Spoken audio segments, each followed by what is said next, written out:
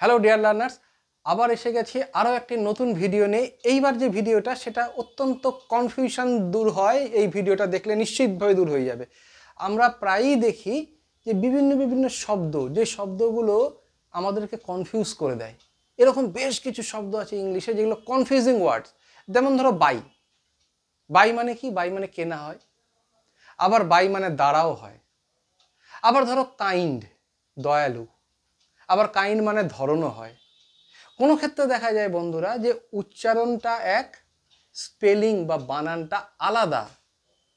আবার কোনো ক্ষেত্রে দেখা যায় যে উচ্চারণও এক, বানানও এক, কিন্তু মানে আবার আলাদা।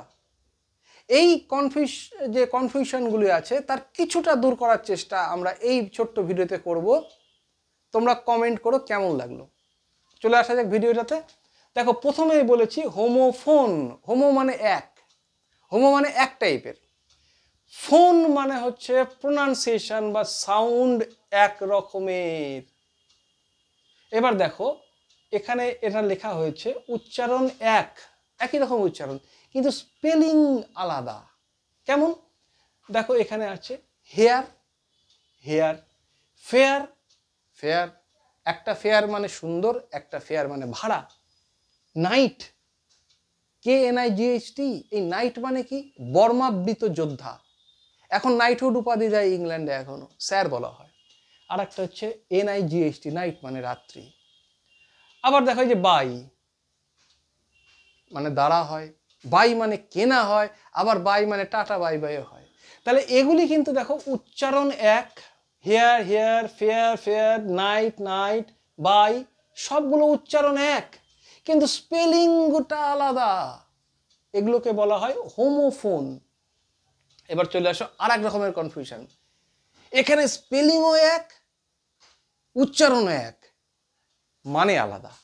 দেখো, আমরা যখনই বলি সেল, সেল মানে কোষ বুঝি বায়োলজিতে। সেল মানে আমরা ব্যাটারি বুঝি। সেল মানে জেলের মধ্যে থাকা ছোট ছোট কুঠুরি বা ছোট্ট ঘর, যেখানে বন্দীদের বন্ধ করে রাখা হয়, তাদেরকেও সেল বলি। তাহলে সবগুলো মানেই আলাদা আলাদা, কিন্তু বানান আলাদা। মানে কিন্তু আলাদা, বানানো এক এবং উচ্চারণ এক। Sell, CELL। এবার চলে এসো বুক।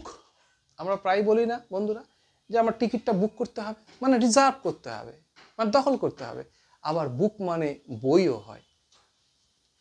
বিয়ার, তোমরা জানো বিয়ার মানে ভাল্লুক, একটা প্রাণী। আবার বিয়ার মানে ক্যারি, বহন করে নিয়ে যাওয়া, এটাও হয়। ব্যাংক, টাকা পয়সা জমায়, অর্থকরী সংস্থা। আবার ব্যাংক মানে নদীর পাড়ও বোঝায়।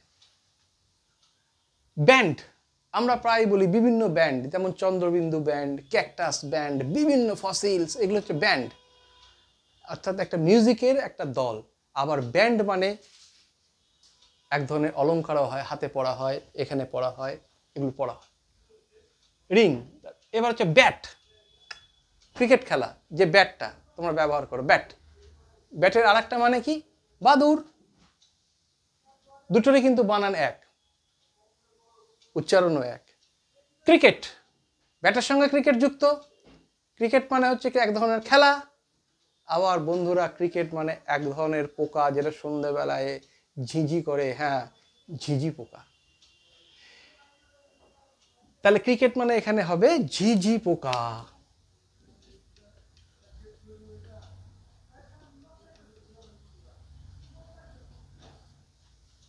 মজাদার না?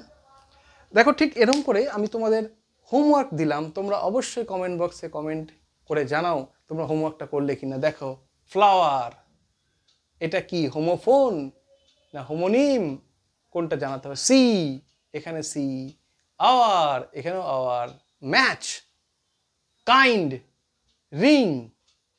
তোমাদের জন্য এটা টাস্ক দেওয়া থাকলো।